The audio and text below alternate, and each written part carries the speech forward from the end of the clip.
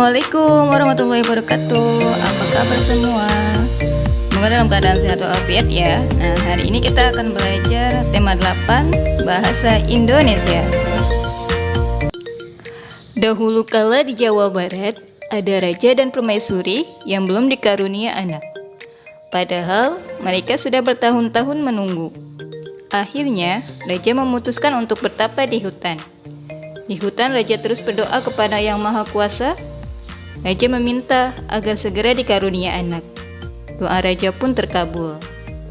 Permaisuri melahirkan seorang bayi perempuan. Raja dan permaisuri sangat bahagia. Seluruh rakyat juga bersukacita menyambut kelahiran putri raja. Raja dan permaisuri sangat menyayangi putrinya. Mereka juga sangat memanjakannya. Segala keinginan putrinya dituruti.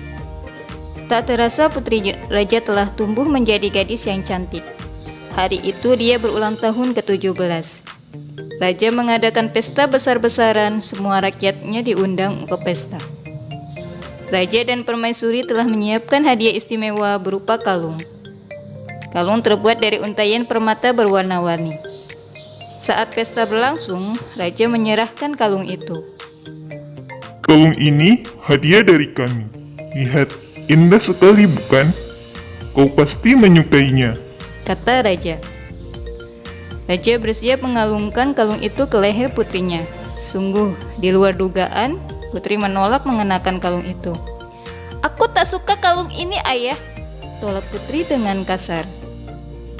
Raja dan permaisuri terkejut.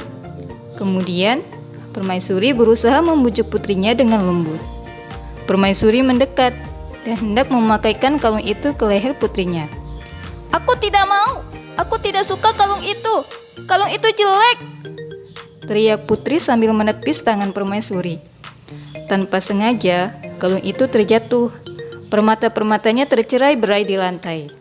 Permaisuri sangat sedih. Permaisuri terduduk dan menangis. Tangisan permaisuri menyayat hati. Seluruh rakyat yang hadir turut menangis. Mereka sedih melihat tingkah laku putri yang mereka sayangi. Tidak disangka, air mata yang tumpah ke lantai berubah menjadi aliran air. Aliran air menghanyutkan permata-permata yang berserakan. Air tersebut mengalir keluar istana dan membentuk danau. Anehnya, air danau berwarna-warni seperti warna-warna kalung putri. Kini, danau itu dikenal dengan nama Telaga Warna. Nah, sebelumnya kalian telah mendengarkan cerita asal mula Telaga Warna. Nah, cerita tersebut merupakan cerita fiksi. Cerita fiksi atau rekaan sengaja dikarang oleh pengarang.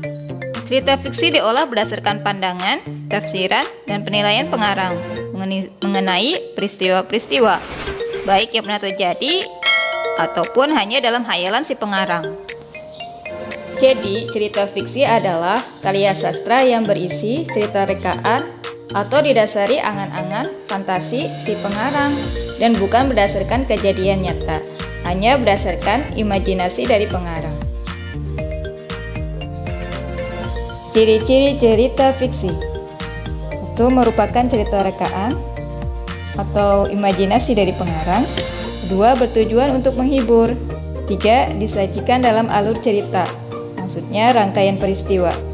Yang keempat, menggunakan bahasa yang komunikatif, maksudnya mudah dipahami atau dimengerti.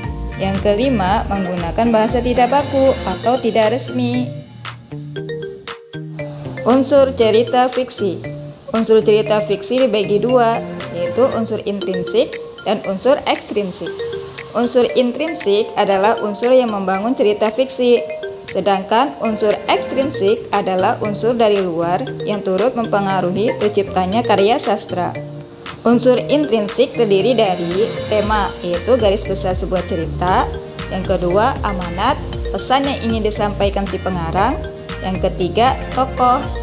Yang keempatnya, alur atau plot, rangkaian kejadian cerita. Latar atau setting adalah tempat dan waktu terjadinya. Yang keenam, gaya bahasa. Yang ketujuh, sudut pandang si pengarang atau cara pikir si pengarang dalam membuat cerita. Jenis-jenis cerita fiksi. 1. Cerita rakyat terdiri dari cerita jenaka. Cerita jenaka adalah cerita pendek berisi kebodohan atau kecerdikan seseorang. dan menimbulkan senyum atau tawa bagi pembaca atau pendengarnya. Contohnya, seperti cerita jenaka Abu Nawas, cerita jenaka Pak Pandir, dan cerita Pak Si Belalang. B. Cerita mite. Cerita mite adalah cerita yang berhubungan dengan kepercayaan suatu benda, peristiwa gaib, alam gaib, atau yang dipercaya mempunyai kekuatan gaib, seperti dewa, peri. Contohnya, cerita Putri Junjung Buih dan Putri dari Bambu. C. Fabel. Fabel adalah cerita dengan tokoh-tokoh binatang yang diceritakan hidup dan bermasyarakat seperti manusia. Contohnya, cerita Kancil dan Buaya, dan kisah seekor ikan dan burung bangau. D. Legenda.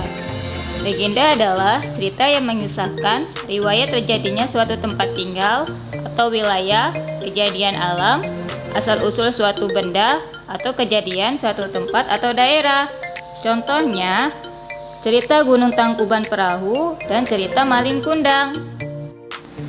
E. Sage. Sage adalah cerita lama yang mengandung unsur sejarah, misalnya kepahlawanan. Contohnya, cerita Calon Arang dan Lutung Katsarung. 2. Cerpen. Cerpen adalah cerita fiksi yang memaparkan kisah ataupun cerita tentang kehidupan manusia melalui tulisan pendek. 3. Novel. Novel adalah cerita fiksi yang panjang dan mengandung rangkaian cerita kehidupan seseorang dengan orang di sekelilingnya dengan menonjolkan watak setiap tokoh. Contohnya, novel Laskar Pelangi dan Ayah. Jenis-jenis tokoh. Tokoh adalah pelaku cerita. Tokoh utama adalah tokoh yang memiliki peranan penting dalam sebuah cerita. Tokoh pembantu adalah tokoh yang memiliki peran menunjang tokoh utama. Tokoh memiliki perwatakan sifat, yaitu 1. Tokoh protagonis adalah tokoh yang berwatak baik dan menjadi idola para pembaca. 2. Tokoh antagonis, yaitu adalah tokoh dengan karakter buruk. Yang ketiga, tokoh tritagonis adalah tokoh penengah dalam cerita, baik untuk tokoh protagonis dan antagonis. Latihan. Berdasarkan video di awal, cerita asal mula Telaga Warna, coba kalian jawab. Nomor 1, di manakah latar atau setting terjadinya cerita asal mula Telaga Warna? Nomor 2, siapakah tokoh-tokoh yang terdapat dalam cerita tersebut?